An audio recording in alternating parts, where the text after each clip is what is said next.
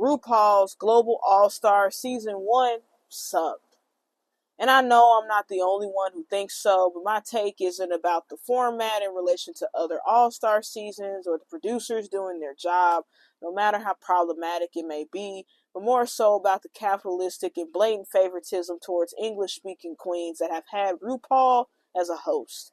My people, hello, and welcome to Z's Takes. Nothing hot or cold, just my takes on life, pop culture, music, history, and more. If you don't mind, please like, comment, and subscribe. And if you don't, tell me why. It's engagement either way. Today, we're talking about drag queens and the phenomena that is RuPaul's Drag Race. I will start by saying that I am not a day one stan. I just recently started watching with my partner, and this season of All Stars seemed very promising with 12 queens from 12 countries battling for the crown and 200,000 American dollars. I mean, that's great if you're from the Philippines or Mexico, but I have a feeling they won't be picking Gala or Eva La Queen. This competition meshes great with the fact that it's an Olympic year, so well played, RuPaul. But despite the virtue signaling of embracing and celebrating everyone, this season is riddled with unsavory favoritism, questionable, and I mean very questionable eliminations and bottom placements, and an undertone of Western colonizer exceptionalism. I swear black folks get some money and forget about who they are. I'm not here to point out everything that is wrong with the show, because then this video would need like 30 parts. But just some things that really grinded my gears. Number one, the constant saving and praise of aggressively average Kitty Scott Claus and Vanity Vane. And two, the elimination of Soa the Muse, Athena Leakes, and Eva La Queen. At the end of the day, RuPaul is running a business. He's capitalizing off the counterculture that is drag and queerness, raking in billions of dollars in revenue. So when I saw the announcement of a global all-stars, I had to give Mama Ru her props. But reality creeped in real quick. This is just a cash grab. I was still hopeful, especially when I saw Queen and Soa, two black queens who unapologetically represent their culture and their melanin skin. But if season 16 taught me anything, that don't mean shit to Ru. And before the drag race police come down my throat, I respect Nymphia win, and yeah, she won. But Sapphire was pigeonholed into the magical Negro trope, still managed to get 4 wins, becoming the first and only contestant to win 3 consecutive maxi challenges in the regular season and lost. Seems a little unfair to me, especially when the storyline was pushing for Sapphire to win. But I digress. Enter Kitty Scott Claus and Vanity Vane. Kitty, a British funny queen. Vanity, a Swedish beauty queen. Both of these queens are good enough, I guess.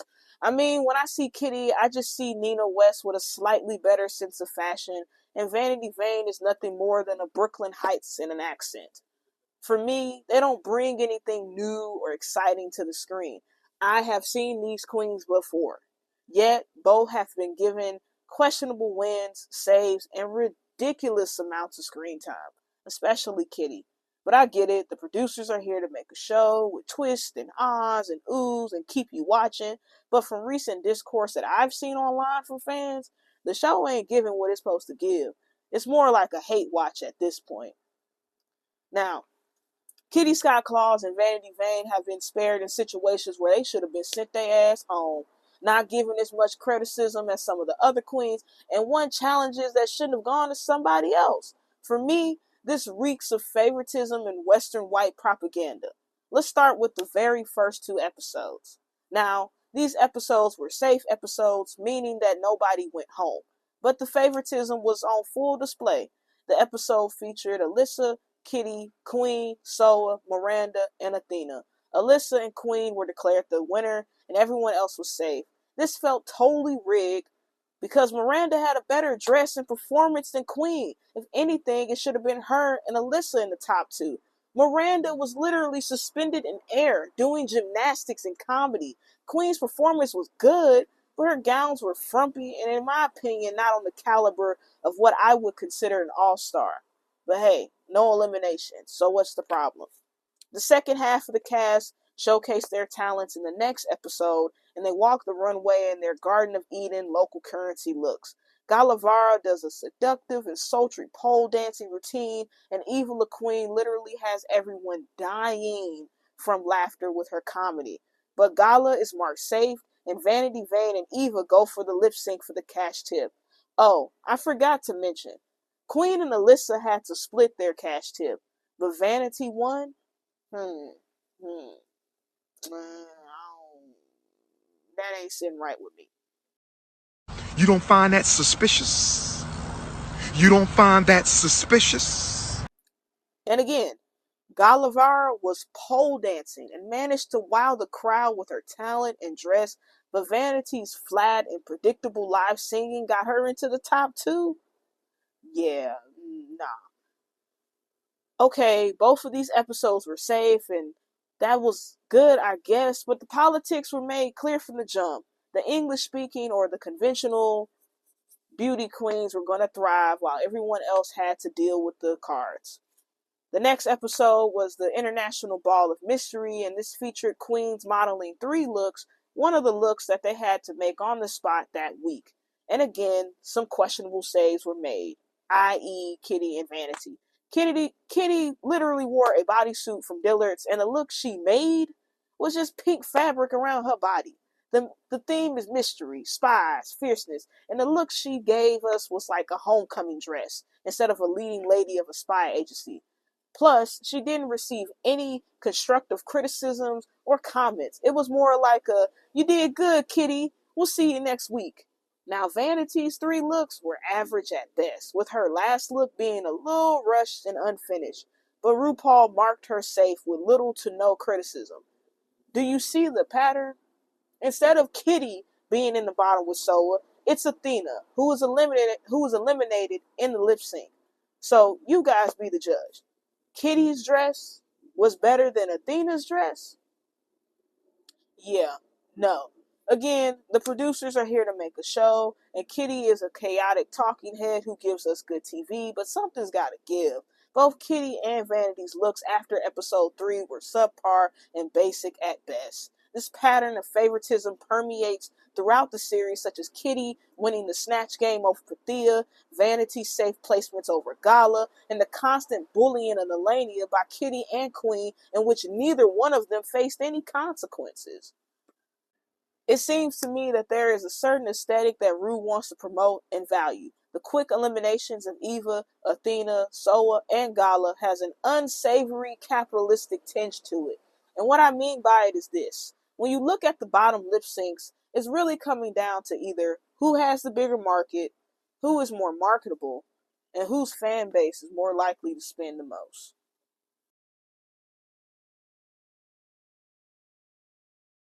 From what I saw in the episodes that I watched, there was favoritism established early on and some very ignorant saves and elimination. Again, I did not watch the whole season, but from what I can remember and from what I can see, they wasn't trying to get a non-English as first language queen to win. So let's start with Athena Leakes, a Belgian queen. So in comparison to the other queens, comes from a much smaller market and is a non-native English speaker. So for her to be the first to go wasn't really that surprising. It was who was saved instead of her that gagged me. The theme for episode 3 was International Queen of Mystery. The queens had to sew one look using this theme. However, when we look at Vanity's look versus Athena's, Vanity's first 2 looks were basic and something that you could find in the Spirit of Halloween store, while Athena's was very intentional, full of flair and creativity, but she received a barrage of negative critiques. Now, for me, it felt like the judges intentionally went after the girls who couldn't sew, and that's a cop out of a bottom 2, while Vanity and Tessa had some basic and thrown together looks and were saved. Athena and So were placed in the bottom, and Athena was ultimately eliminated. Now, when you look at the popularity of drag in France versus Belgium and the population, this decision felt like a business move, in which Rue was scaling this elimination based on financial gain, who's more marketable, and also sending the black person home first would have came off a little problematic. Now, let's get to the elimination of Eva La Queen. This episode was questionable all the way around. For starters, all of the English-speaking Rue girls are on a team. Their skit had more TV time than the other 2 skits. And from the looks of the stage, it was their challenge to win from the jump. So let's just go ahead and go to the runway. The theme was Brown Town. Vanity and Kitty's look were not the most fashionable or creatively constructive, but with Kitty being on the winning team, there was no way she was going to be in the bottom. For Vanity, I can only assume that she was saved because she literally carried her group when it came to the acting challenge. The bottom two were Galavara and Eva La Queen, the two queens that faced very harsh critiques, and their skits didn't even have as much time as the Rue Girl skits. Favoritism bore its obnoxious head again, and Eva was sent home. Now this next elimination, bruh, I was done after this. But let's get into it. Episode 6 was a roller coaster of events, but what really took the cake was the blatant disrespect towards Nelania and Soa. From the beginning of the series, Kitty and Queen have taken shots at Nelania. And for what? Yeah, she's a little whiny and sensitive, but why is that such a problem? She has a right to express herself how she sees fit. And in all honesty, Queen or Kitty never wanted to confront this woman to her face, but in them confessionals, oh, they wanted all of the smoke. Kill Nelly, but I feel bad for it. Oh my God. Yeah, no, it has to be done. I just find that super problematic for both of them to basically bully this queen. And I understand that the producers are going to produce and the ed's only part of the story. But if most of the time that I'm seeing you on the screen or in a confessional, you are dogging this girl out for no logical reason, I'm going to see you as a bully. Period. As for Soa, in a previous episode, episode 5, the judges told her to use warmer makeup and do more with it. And yes, this was a sewing challenge, which not her favorite one. But in comparison to Vanity's look, which, let me remind you, if you didn't know, she made this look a couple of hours before the runway. And she made it. Yeah, it's giving favoritism in another business move. Let's just be honest. Black drag queens have told stories of being left out, mistreated, and not marketed on the same level as their white counterparts. So when you have to choose between the proud West Indian French queen or the conventional beauty white queen, it's a money game at that point.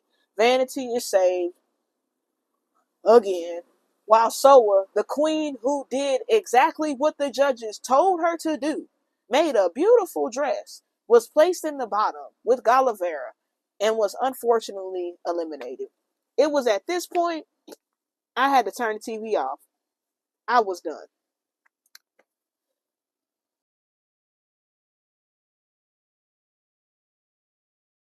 Global All Stars continue to pop on my feed, and from what I can tell and already knew, Kitty, Queen, Alyssa, and Elenia are in the top 4. And as of late, Alyssa Edwards of the United States ended up winning Global All Star Season 1. So, yay! I guess.